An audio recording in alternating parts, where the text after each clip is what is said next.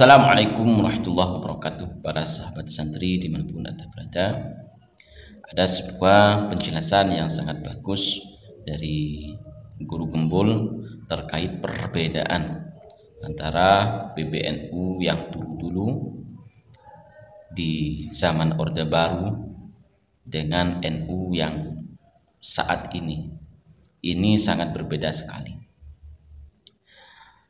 Fenomena PBNU memang akhir-akhir ini nama PBNU sering dibawa-bawa, dibawa ke tambang, dibawa ke politik dan lain sebagainya. Jadi PBNU yang ada saat ini sangat berbeda dengan PBNU yang dulu. Itu bisa kita rasakan ketika kita mendengar sejarah PBNU di era Gus Dur, PBNU di era, jangan ke Gus Dur, PBNU di era Kiai Said Aqil Siraj, ini masih terasa manfaatnya yang sangat besar. Jadi warga Nahdliyin bisa merasakan hal tersebut. Entah kenapa PBNU yang saat ini, akhir-akhir ini PBNU ya itu terbawa arus, terbawa ke tambang, terbawa ke politik dan lain sebagainya. Kita simak penjelasan ulasan dari Guru Gembul. Semoga ini bisa menjadikan pelajaran dan paling tidak ini bisa didengar oleh para petinggi PBNU. Kita simak. Assalamualaikum, selamat datang kembali di Guru Gembul Channel. Saya pikir puncak kemegahan dan kejayaan Nahdlatul Ulama di Indonesia itu terjadi di era Orde Baru.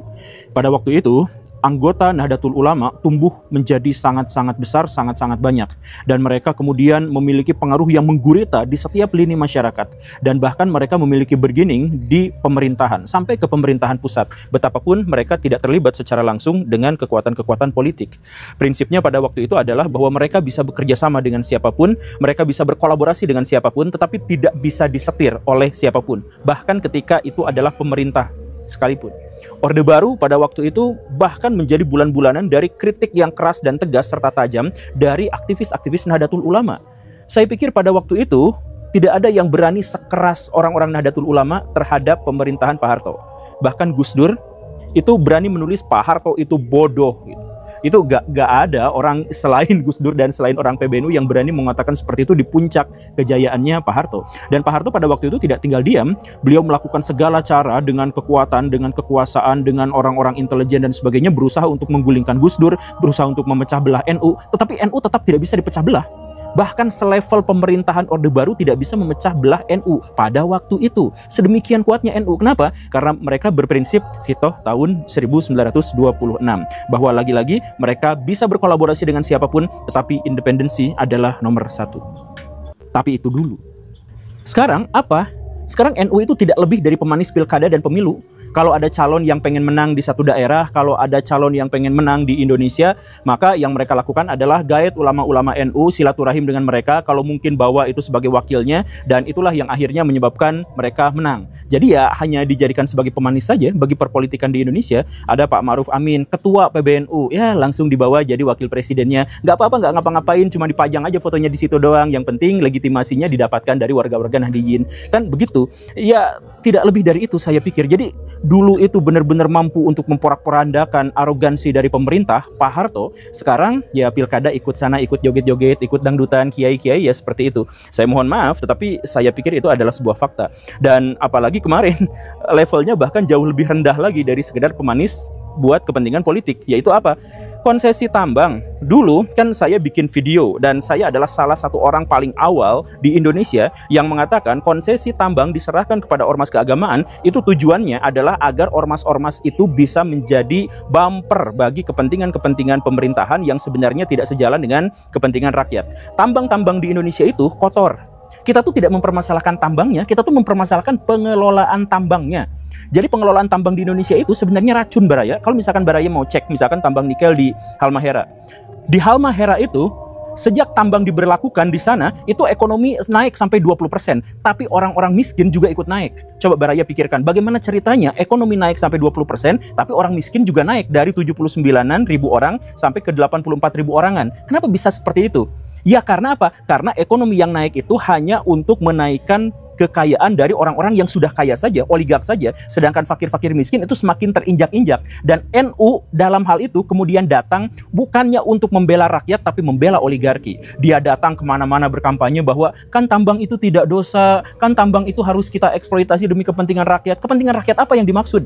Pak Ulil dan teman-teman PBNU, itu kepentingan rakyat mana yang dimaksud? Cek datanya. Orang-orang miskin di daerah pertambangan itu semakin miskin, semakin melarat. Anak-anak jadi tantrum, banyak yang cacat di situ. Yang menjadi semakin kaya itu siapa? Oligark, penguasa-penguasa daerah, kepala-kepala desa, koruptor-koruptor yang ada di sana. Ya itulah. Dan apa? NU dijadikan bumper. Setiap ada aktivis, setiap ada oposisi, setiap ada orang-orang yang kritis meminta haknya kepada pemerintah agar tambang ini dikelolanya kalau mungkin bersama-sama, jangan merusak lingkungan, karena ini adalah bagian dari urat nadi ekonomi di situ.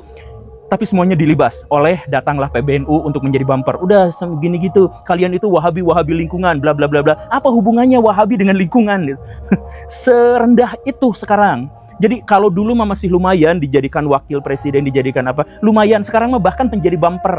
Jadi kalau misalkan ada amarah dari masyarakat, kalau ada demonstrasi, nah simpan kiai-kiai di situ agar berfatwa. Fatwanya itu langsung keluar ke sana ke sini untuk kemudian membenarkan kezaliman dan kejahatan. Wahai orang-orang NU, saya tanya kepada Baraya semua, apakah ini yang dibangga-banggakan itu? Apakah Nahdiyin itu memang benar-benar suka dengan hal yang seperti ini? Saya pikir juga enggak. Saya kenal sama banyak sekali orang-orang Nahdiyin dan saya pikir ya mereka juga sebenarnya tahu masalahnya, mereka juga kritis ya, cuman karena petinggi-petingginya itu mungkin sudah dapat konsesi tambang yang luar biasa itu, ya nggak apa-apa lah menyengsarakan rakyat di daerah tertentu, ya nggak apa-apa lah bikin kerusakan lingkungan di wilayah tertentu, yang penting kan saya kebagian. Dan alhamdulillah sejak saat itu, maka setelah saya kaya raya, saya bisa mengeluarkan fatwa bahwa pertambangan itu adalah boleh-boleh saja dan yang menentang itu adalah Wahabi. Mungkin nggak sih seperti itu? Coba gini lah Baraya, konsesi tambang itu seharusnya nggak diserahkan kepada ormas keagamaan. Kalau mau diserahkan kepada ormas industri gitu ya, diserahkan kepada orang-orang yang memang sudah memiliki kapasitas dan kapabilitas untuk ngurusin tambang. Kan seharusnya begitu. Kenapa diserahkan kepada ormas keagamaan? Ya untuk bumper. Jadi agama di Indonesia itu jadi bumper, jadi tameng untuk kejahatan, untuk kezaliman. Coba kalau misalkan saya ajak ke orang-orang NU, balik lagi ke hitoh ya, balik lagi ke hitoh, atau misalkan lebih awal lagi lah.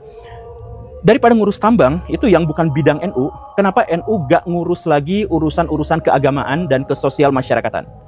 Sebab jangankan ngurus tambang, ngurus sosial dan keagamaan aja, PBNU sekarang tuh, saya mohon maaf ya, mandul. Saya mohon maaf, itu pikiran saya. Kenapa? Ya coba bayangkan seperti ini Baraya, ada nggak data ketika Nahdlatul Ulama ada di satu tempat, kemiskinan turun? Ada nggak? Nggak ada. Ada nggak data yang menyebutkan ketika NU berkuasa dan menjadi mayoritas di satu tempat, maka kemaksiatan turun drastis? Ada nggak data di situ? Nggak ada. Ada nggak data yang menyebutkan ketika PBNU ada di satu tempat atau warga-warga Nahdiyin ada di satu tempat, di situ kiai-kiainya berjubel banyak sekali di situ, kemudian angka pembunuhan semakin sedikit, angka pencurian semakin sedikit, angka pencabulan semakin sedikit? Ada nggak data-data yang seperti itu? Nggak ada. Ya karena memang nampaknya tidak berpengaruh apapun, tidak berdampak apapun. Kenapa? Karena Nahdiyin nggak lagi bahas hal-hal yang seperti itu. Nahdiyin sekarang bahas masalah tambang, masalah politik, dan bagaimana caranya agar mereka bisa dikasihani oleh politisi-politisi dan pengusaha-pengusaha besar. Coba kalau misalkan ya, saya balik lagi nanya seperti ini. Dulu selevel Soeharto nggak bisa memecah belah PBNU. Sekarang muncul Habib Rizik doang, itu langsung NU pecah belah. Dulu NU itu tidak bisa disusupi. Bahkan ketika berhadapan dengan PKI, dia tidak bisa disusupi. Dia hajar semuanya PKI. Sekarang datang Hasbara, datang orang-orang Zionis, itu orang-orang PBNU dijadikan agen oleh Israel, itu mereka fine-fine aja. Itu di situ bodohnya kuadrat Baraya, saya mohon maaf ya. Satu, dia dijadikan antek untuk kepentingan Zionis, itu aja sudah bodoh banget. Yang lebih bodohnya lagi apa? Mereka foto-foto dan kemudian dipublish, ditunjukkan ke ruang publik gitu. Jadi udah menjadi antek Zionis, jadi antek teroris, kemudian mereka justru malah foto-foto dan dipublikasikan. Kan serendah itu level berpikirnya itu gitu. Kok ya iyalah dipecah belah pasti bisa, disusupi sekarang pasti bisa ya, karena di sana sudah tidak ada lagi izah. Saya pikir, saya mohon maaf ya, sudah tidak ada lagi izah. Dan sebaliknya, jangankan kemuliaan, jangankan kebanggaan, sekarang saya balik tanya kepada Baraya, sesuatu yang berhubungan dengan keburukan oknum-oknum beragama, maka hampir pasti itu berafiliasi dengan NU. Benar atau tidak? Saya sebut satu-satu. Kasus pencabulan di pesantren, hampir pasti itu pesantren NU. kasus kekerasan dalam pesantren itu hampir pasti pesantren NU. Kemudian yang suka geruduk-geruduk pengajian orang itu bukan orang Wahabi, bukan orang Syiah, bukan orang Ahmadiyah, tapi pasti orang-orang NU yang suka geruduk-geruduk pengajian orang lain itu. Kemudian yang suka menggeruduk umat lain ketika beribadah itu juga biasanya itu adalah orang-orang NU. Kemudian yang nyembah kiai sampai sujud-sujud kakinya dicium itu juga pasti orang NU. Aktor-aktor dan oknum-oknum habaib yang berlebihan, yang ekstrim, yang bahkan mengganti nama Tuhan menjadi Habib, itu biasanya berlindung di NU. Bahkan sebaliknya, yang suka ngomong sama semut, yang katanya bisa bahasa setan dan lain sebagainya, yang itu juga adalah orang-orang NU. Semuanya itu berhubungan dengan orang NU. Kemudian yang solawatan, pakai konser joget-joget banyak kan, ada lampu-lampu disco dan sebagainya, itu ormas yang mana kalau bukan NU? Kemudian yang tadi yang dipecah belah hanya gara-gara habaib itu siapa? Yang kemudian muktamarnya berantem satu sama lain, rebutan kekuasaan, itu dari siapa? Dari Muhammadiyah? Enggak, dari NU. Kemudian aliran-aliran yang aneh-aneh di Indonesia itu juga biasanya mengaku-ngaku atau berafiliasi dengan NU. Yang kalau misalkan mau bangun masjid itu sampai ngemis-ngemis di pinggir jalan, bahkan ngemis-ngemis di YouTube, itu semuanya siapa? Itu juga biasanya adalah orang-orang NU. Sekarang sesuatu yang baik kita tidak bisa melihat dari NU, tetapi yang buruk-buruk kelihatan di mana-mana. Ini kan cara pandang guru gembul aja melihat dari sesuatu yang negatif. Ya kalau misalkan bisa dilihat dari sesuatu yang negatif, berarti sesuatu yang negatif itu kan ada. Dan itu terlihat. Nah, jadi ayo introspeksi. Saya tuh, sekali lagi ya, saya bukan orang NU garis bawahi. Tetapi saya tuh adalah orang yang kagum sama tokoh-tokoh NU. Di zaman dulu, di zaman Pak Harto, saya itu adalah seorang penggila Gus Dur. Dengan berbagai pemikiran dan karomahnya. Saya tuh suka. Tapi karena saya suka pada tokoh-tokoh NU, akhirnya saya kecewa berat ketika melihat NU zaman sekarang, generasi sekarang, ketika mendapatkan tantangan semacam ini, jawaban mereka nggak akan jauh dari kalimat-kalimat yang sangat-sangat template. Yaitu, kamu emang ngajinya di mana? Belajar dulu sana. Kamu ikut ulama bersanad nggak? Belajar dulu sana. Nggak akan jauh dari itu kalau orang-orang NU berdebat. Iya kan? Ya sejauh itulah kemampuan mereka dalam membela diri gitu. Tunjukkan dalam wujud, dalam aplikasi, bukan dalam kata-kata. Bisa nggak seperti itu?